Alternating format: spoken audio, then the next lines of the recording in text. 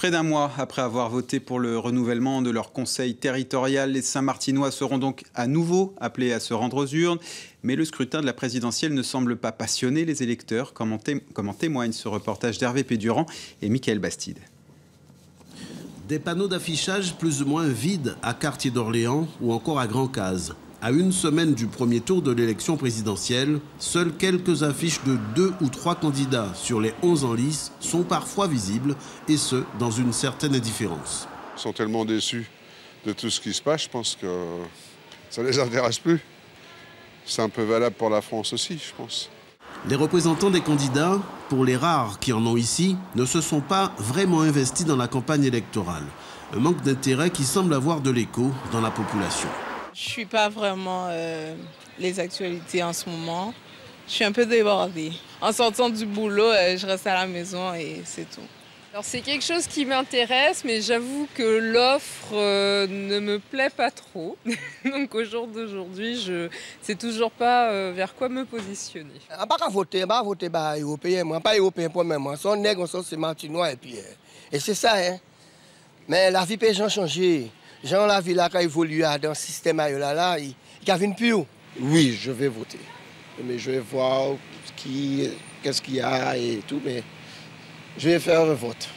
C'est possible. Je pense que nos élus devraient nous dire pour qui il faut voter, ou du moins parler des candidats qu'ils soutiennent pour que nous sachions quoi faire. Mais personne ne dit rien, donc tu vas et tu fais ce que tu dois faire. Lors des élections territoriales en mars dernier à Saint-Martin, le taux d'abstention avait frôlé les 54%. Un chiffre qui pourrait bien être dépassé pour un scrutin apparemment bien plus éloigné des préoccupations d'une bonne partie des électeurs de l'île du Nord. Et le sentiment de résignation dans la population, le CIPA, le comité d'initiative pour un projet politique alternatif, l'exprime dans un communiqué face à, je cite, l'inefficacité des réponses politiques. Son président Alain Plaisir choisit de ne donner aucune consigne de vote pour le premier tour prévu, je vous le rappelle, ce samedi dans nos îles. Dernière ligne droite donc vers le premier tour de l'élection présidentielle. Dans notre rubrique questions de campagne, Laurence Théatin interroge cette semaine les candidats sur leurs propositions pour le développement économique et la création d'emplois. Ce soir, on écoute Marine Le Pen, Emmanuel Macron et Nathalie Arthaud.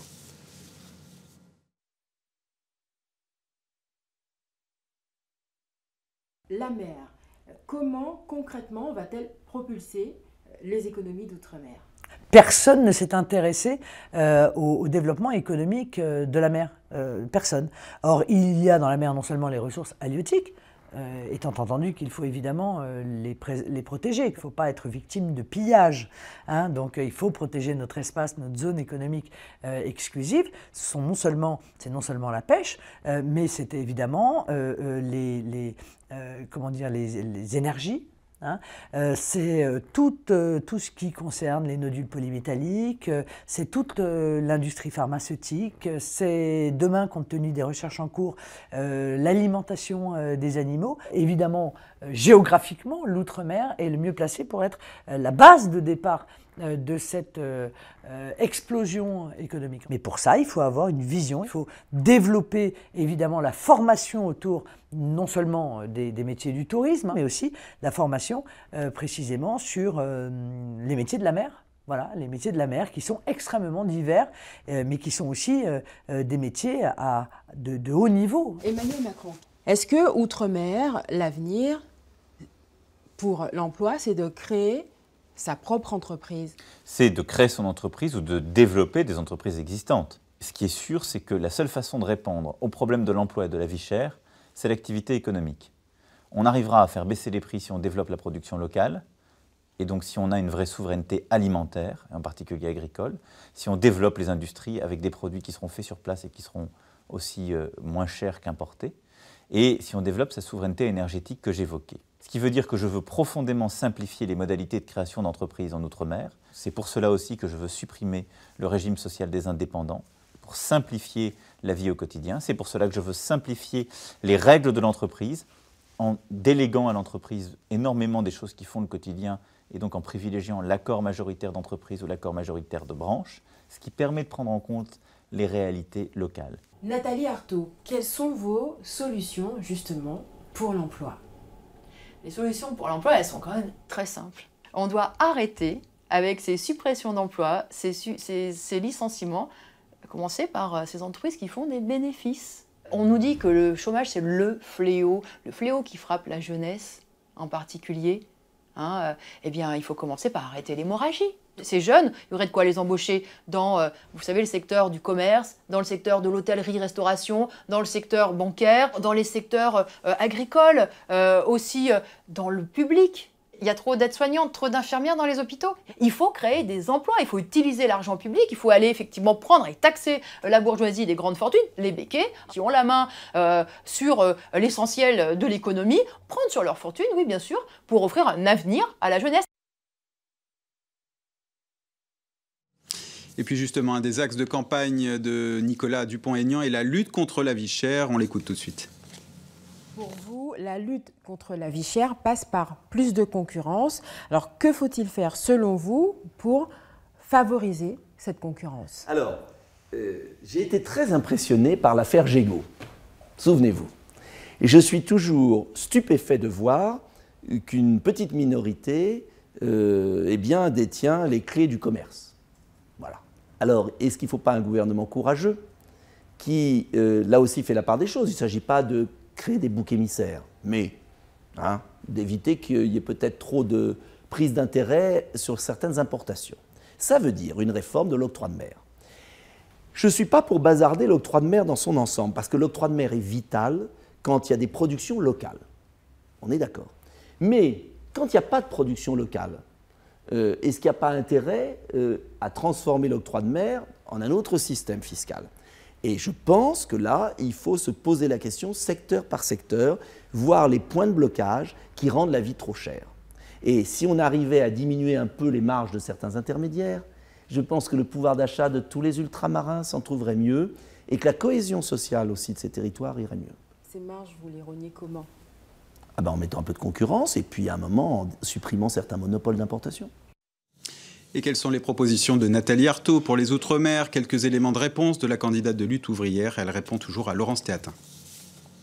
Vous n'êtes pas allé Outre-mer pour votre campagne électorale, pour cette présidentielle. Pourquoi?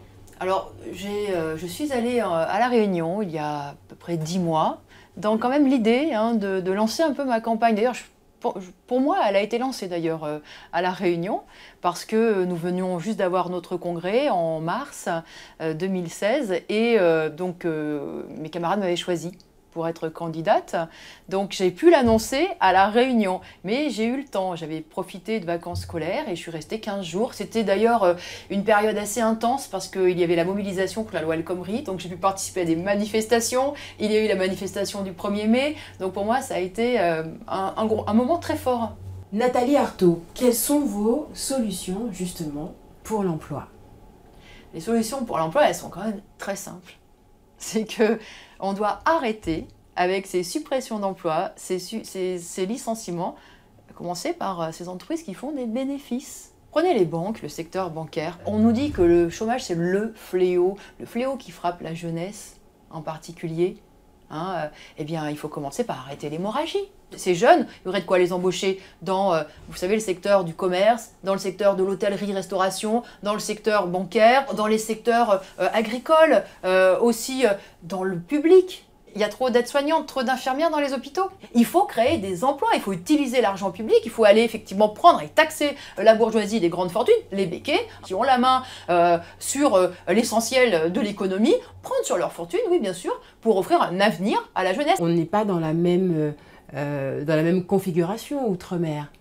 Oui, mais y compris les 2 ou 3% qui restent. Regardez les fortunes qu'ils accumulent justement, rien qu'avec ce petit pourcentage, parce qu'ils détiennent, parce qu'ils tirent les ficelles, parce qu'ils tiennent les règles, y compris qui s'imposent aux petites entreprises. Vous savez, je parlais du secteur bancaire. Le secteur bancaire, c'est le secteur qui pompe les richesses, y compris de petits artisans, de petits commerçants, de plein de petites entreprises qui peuvent bosser, mais qui versent leurs dîmes au secteur bancaire. Eh bien, moi, je suis pour que ces grandes entreprises qui concentrent, et ces banques qui concentrent effectivement les richesses, eh bien, qu'on ait un contrôle sur elles et qu'on ouvre leurs comptes et qu'on voit comment, effectivement, ils exploitent, comment ils parasitent le travail de tous, des salariés, mais aussi de toute cette chaîne de petites entreprises. Tous les jours, on nous explique que voilà, c'est la crise, on est confronté à des déficits et donc il faut qu'on fasse des sacrifices, qu'on se serre la ceinture, qu'on accepte de vivre moins bien que nos parents, des droits à la retraite encore plus diminués. Et puis, bizarrement, on voit que les grandes fortunes, elles prospèrent, qu'elles augmentent, que d'année en année, voilà, elles grossissent. Donc, comment cela peut-il exister ? Et puis Laurence Théatin s'est également entretenu avec Benoît Hamon sur certains aspects économiques de son programme. On l'écoute. Votre transition économique outre-mer, comment va-t-elle se décliner ? Écoutez, ça passe par de l'investissement, de la recherche, du développement. Et d'abord, de l'investissement, de la recherche et du développement, pas dans l'Hexagone, mais aussi dans les territoires outre-mer. J'observe que s'il est bien un domaine dans lequel l'outre-mer dispose là d'un avantage comparatif lié à sa géographie par rapport à beaucoup d'autres territoires, c'est bien celui des énergies renouvelables. On y a du vent, on y a du soleil, on y a des énergies marines, on y a une biodiversité absolument incroyable qui peut permettre demain à ces territoires d'être souverains énergétiquement, première chose, mais de pouvoir créer aussi beaucoup d'emplois en lien avec ces énergies renouvelables. De ne pas être seulement des territoires dans lesquels on produit sa propre énergie, mais des territoires dans lesquels, grâce à la recherche et au développement dans ce secteur-là, on développe de la technologie, de l'industrie et de l'emploi hautement qualifié et à haute valeur ajoutée. Je pense que nous devons organiser demain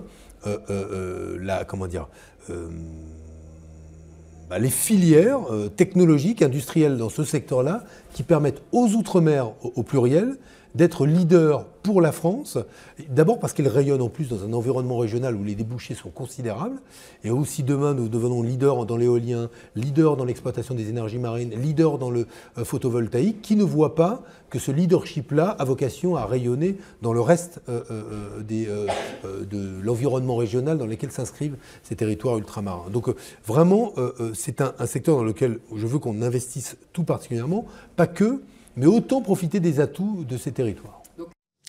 Place à présent à votre rubrique Paroles de jeunes. Ludivine Guillaume-Léolac et Emmanuel Gir sont allés à la rencontre de jeunes Guadeloupéens. Ils leur ont livré leurs sentiments sur cette élection présidentielle. Regardez.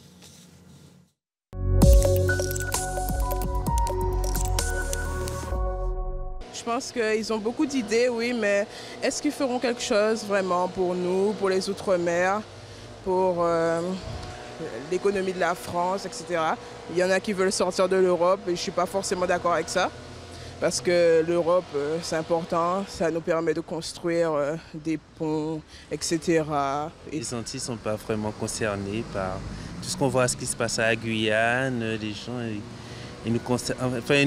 on n'est pas vraiment considérés comme vraiment département français. Donc à partir de là, moi ça ne m'intéresse plus trop.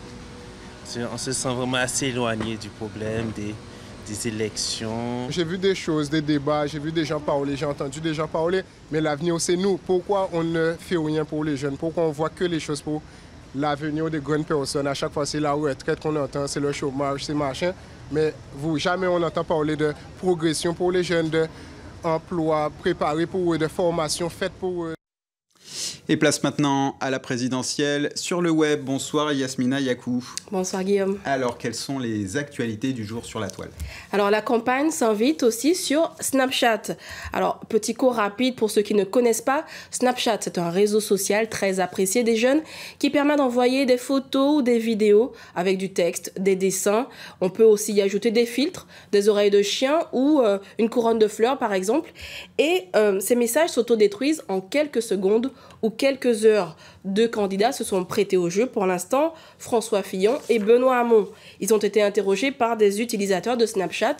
Le candidat des Républicains sur le prix du kebab, sur le retour de Karim Benzema chez les Bleus. Il a même reçu une demande de stage comme assistant parlementaire. Le candidat socialiste, lui, a eu des questions sur la légalisation du cannabis et il a dévoilé aux internautes qu'il aurait voulu être footballeur professionnel quand il était petit. Des séquences bon enfant. Et demain, c'est Marine Le Pen qui se prêtera au jeu. Et à quelques jours du premier tour, on reparle des électeurs indécis. Oui, effectivement, un Français sur deux ne sait toujours pas pour qui il votera. Et sur le web, certains ne s'en cachent pas. Ils sont d'ailleurs la cible des candidats à la présidentielle qui se sont lancés dans une vraie opération de séduction, alors que certains préfèrent en rire. Avec François Fillon, toujours le souffre-douleur, bien évidemment. Et dans quelques jours, nous saurons qui aura gagné le cœur des électeurs. Merci beaucoup, Yasmina. On vous retrouve demain. Voilà qui referme cette page consacrée à la campagne présidentielle.